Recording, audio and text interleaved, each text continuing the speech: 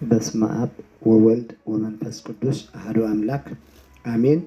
በክርስቶስ ክርስቲያን በወልድ ውድዳን ወህበት መንፈስ ቅዱስ መንፈሳውያን ተሰምኹም ደቂ ዓዶም ንቅዱሳን አፍቀርቲ አደና ቅድስት ድንግል ማርያም ከመይ ያለኹም ከመይ ትኹኑ አሜን። እግዚአብሔር አምላኽና በደልና ኃጢአትና ከተጸባጸበ ናብ ሰዓትን ናብ ዝግዜን ዘብጽሐና ክብሪ ምስጋና ንዑ ይኹን ነው። ሕራይ ሎም ማዓንቲ ድማ ከም ፍቃድ እግዚአብሔር አምላኽ ብዛዕባ ጸሎት ዝብል ክንመሃር ኢና። እግዚአብሔር አምላኽ ድማ ክምህረና ክግስጸና ክረድአና ክሕልወና ሰናይ ፍቃዱ ይኹን። ምስ አምላኽ መንባር ብጸሎት እዩ ዝብል። ጸሎት ንሓደ ክርስቲያን አገዳሲ መንገዲ እዩ። ሓደ ክርስቲያን ጸሎት ዘይገብር ተሃልዩ ዝመጽእ ፈተና ከውድቆ ይኽእል፣ ዝመጽእ ፈተና ከሕምቆ ይኽእል፣ ዝመጽእ ፈተና ካብቲ ዘለዎ መንገዲ ንድሕሪት እንታክገብሮ ከአልዮ ይኽእል እዩ። ስለዚ መሰረታዊ ናይ ሓደ ክርስቲያን ጸሎት እዩ ማለት እዩ። ስለዚ ጸሎት ኣብ ዘይንገብረሉ ፈተና እናበዛሓና ይኸይድ፣ ንወድቕ ንደክም፣ ካብ እግዚአብሔር እውን ንእለ። ጸሎት ኣብ ንገብረሉ ሓይሊ ንረክብ፣ ምስ እግዚአብሔር አምላኽ ድማ ጽቡቕ ዝኾነ ዕርክነት ይህልወና። ነዚ እዩ ኣብ ቀዳማይ ተሰሎንቄ ምዕራፍ 5 ቁፅሪ 17 ከየቋረጽኩም ጸልዩ ይብል። ከየቋረጽኩም ጸልዩ። ሎሚ ኣነ ንስኻትኩምን ከየቋረጽና ክንጽልይ ይግብአና፣ ምስ እግዚአብሔር አምላኽ ክንዘራረብ ይግብአና፣ ኣብ ንወፍረሉ ኣብ ንኣትወሉ ኩሉ ግዜ ጸሎት ክንገብር ይግብአና። ንሕና ኣብቲ ትምህርትና ምእንቲ ክገልጸልና፣ ኣብቲ መንፈሳዊ ህይወትና ምእንቲ ክንዓቢ፣ ንሕና ኣብ ሓዳርና ምእንቲ ፍቅርን ስኒትን ክህልወና፣ ንሕና ኣብቲ ንመርሖ ንህዝቢ እውን ሰላምን ቅንዕናን ጌርና ምእንቲ ክንመርሕ ንሕና ኩሉ ግዜ ጸለይቲ ክንከውን ይግብአና። ነዚ እዩ ጸሎት እንታይ እዩ ተልና፣ ጸሎት ምስ አምላኽ ምዝርራብ እዩ። ከምቲ ሓደ ወላዲ ንውላዱ ዝዛረቦ ከምኡ ድማ ንሕና ብጸሎት ምስ እግዚአብሔር ንዘራረበሉ ኢና። ስለዚ ኣብ ጸሎት ምህረት ንረክብ፣ ሓይሊ ንረክብ፣ ጥበብ ንረክብ። ጸሎት ሓሳብና ይቕይር፣ ልብናና ድማ እንታይ ይገብሮ የንጽሖ ማለት እዩ። ስለዚ በእምሮና ተቐይርና ምስ እግዚአብሔር አምላኽ ጽቡቕ ዝኾነ ዕርክነት ንገብር ማለት እዩ። ጸሎት ምልማን ጥራሕ ዘይኮነሲ ምስማዕ እውን እዩ። ስለዚ ንአምላኽ ብቃሉ ብመንፈሱን ይዛረበና ከም ዘሎ ክርዳእ ይግብአና። ነዚ እዩ ኣብ ኤርምያስ ምዕራፍ 33 ቁጥሪ 3 ጸውዐኒ ክምልሰልካ እየ ይብል። ጸውዐኒ ክምልሰልካ እየ። ብጸሎት ንእግዚአብሔር ክንጽውዖ እሞ እግዚአብሔር ድማ ክምልሰልና፣ ኩሉ ግዜ ምስ እግዚአብሔር ክንዘራረብ እሞ እግዚአብሔር ድማ ክረድአና፣ እግዚአብሔር ድማ ብቁኑዕ መንገዲ ከርእየና ክመርሓና ኩሉ ግዜ ብጸሎት ዝተጸመድና ክንከውን ይግባእ። እዚ ክንገብር እግዚአብሔር ይሓግዘና።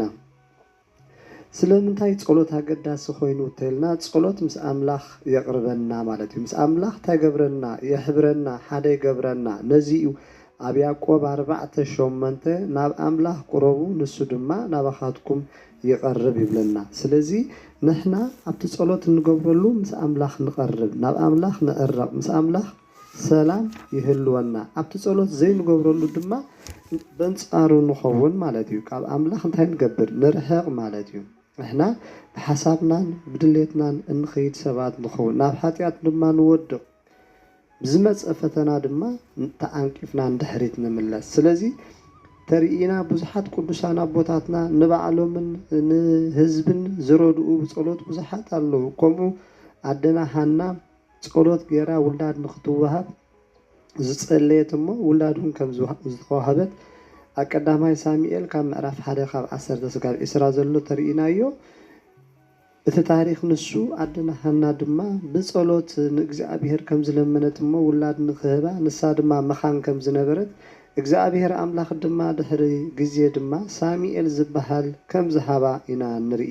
ስለዚ ብዙሓት ሰባት ንሕና ካብ እግዚአብሔር እኳ እንተኽፈሉና እንተደለዩ፣ ንሕና ተስፋ ክቁርጽና እንተደለዩ፣ እግዚአብሔር አምላኽ ግና በቲ ንሕና እንጽልዮ ጸሎት ተቐቢሉ መልሱ ኣብቲ ግዚኡ ንሱ ዝደልዮ ከም ዝበና ክንኣምን ይግባአና ክንጠራጠር የብልናን ጸሎት ኩሉ ግዜ ነቲ ዘለና ሽግር መፍትሒ እዩ ማለት እዩ እንደህርኢና ኣብ ዘጸአት ምዕራፍ 32 ካብ 11 ስጋብ 14 ተርኢና እንታይ እዩ ኣቦና ቅዱስ ሙሴ ነቶም ኣብኡ ዝነበሩ እስራኤላውያን ሙሴ ካብኦም ምስከደ ኣነ ኣሮን ጣዖት ግበረልና ሙሴ ደጊማ ይመጸናኒ ሞ መሪሖም ዝወስዱና ጣዖት ግበረልና ምስ በልዎ እንሆ ኣውራቅኩም ኣምጽኡ ወርቅኩም ኣምጽኡ ሞ ግበሩ ኢሉ መላእክት ኣማልክቲ ወይ ከዓ ኣብዑር ዝኣመሰሉ ጣዖት ከም ዝሰርሐሎሞ ንዕኡ ከም ዘገልግሉ ንዕኦም ከም ዝሰግዱ በዚ ድማ እግዚአብሔር ከም ተቆጣዕሞ ከጥፎኦም ከም ዘለየ ሙሴ ግና ብናቱ ኣማላድነት ብናቱ ጸሎት ብናቱ ረድኤት ነቶም ህዝቢ ንሶም እግዚአብሔር ምእንቲ ከየጥፎም ከም ዝለመነ ኢና ንርኢ ስለዚ ጸሎት ብዙሕ ነገር እንታይ ዝገብረልና ኣብ ህይወትና ለውጥ ዘምጸልና ምስ እግዚአብሔር ዝዓርቀና ንሕዋትና ንቤተሰብና ጸሎትና ገርናውን እንረድአሉ ዱሉል መንገዲ ንዓናን እግዚአብሔርን ዘራኽብ እሞ ከምዚ እናገበርና እናጸለና ክንነብር እግዚአብሔር ይሓግሰና ጸሎት ሰላም ይውህበና ኣብ ጊዜ ጭንቀትና ድማ ፈተና ጸሎትን ብልብና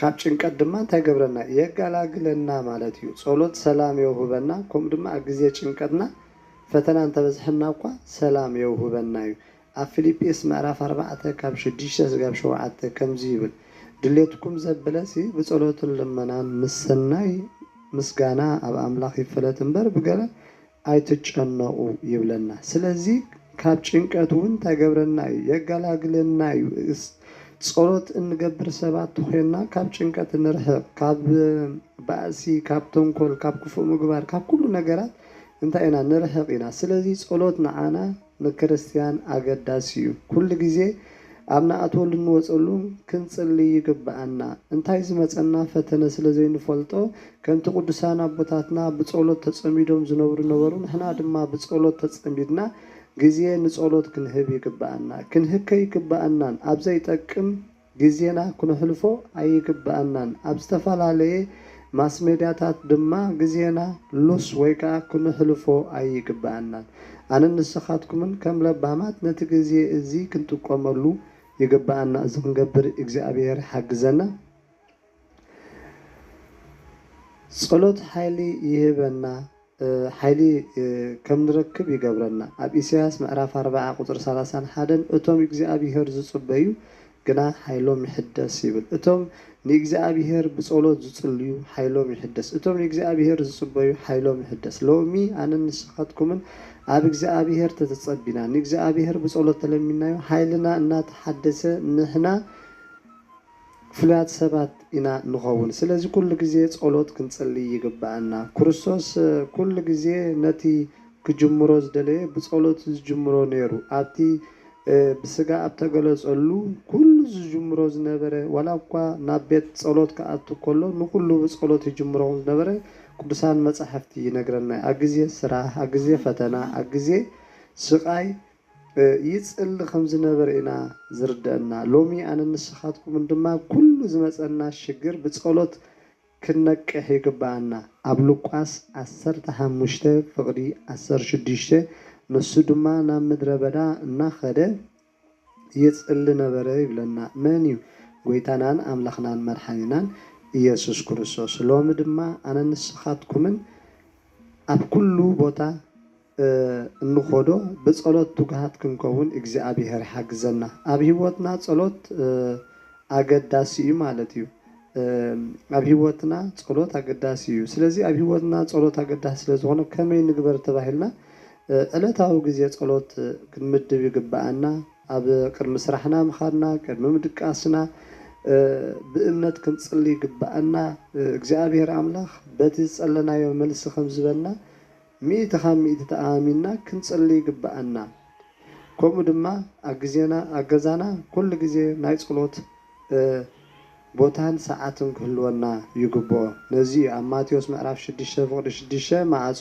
ዕጾ ናብ እቲ ብስውር ዘሎ ኣቦኻ ጸሊ ንሱ ከዓ ብጉሁድ ክህበካ እዩ ይብለና ስለዚ نحنا لومي أنا نسخاتكم إجزابير من تخردنا إجزابير من أنتي اتندليو خهبنا نابت بصور زغوني أملاخنا كنت سلمو سخ أبو جهود كهبنا إجزابير سناي فقادو يوهن سلازي حدا زتسلسب كل جزء كرسوس علوم سايزبل ناي صلوت تجو خوني جبو يوحنس معرف 15 فقرة 5 أنا جندويني يبل نسخاتكم كاج أنا فريقهم يبل اتعابي زتسن بزح فري يبل سلازي فرخن فرتو خينا أب كرسوس تهلينا بصلوت كل جزء زتسنبدنا بصلوت زقومنا بصلوت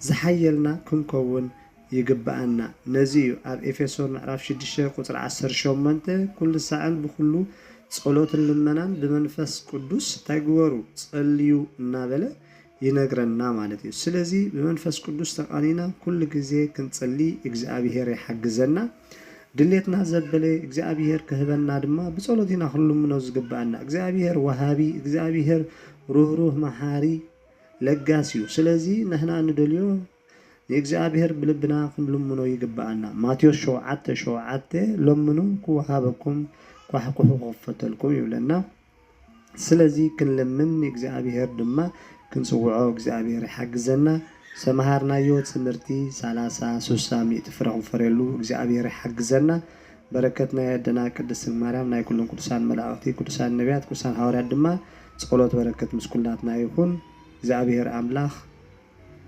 بسلام يرخبنا بروح مشت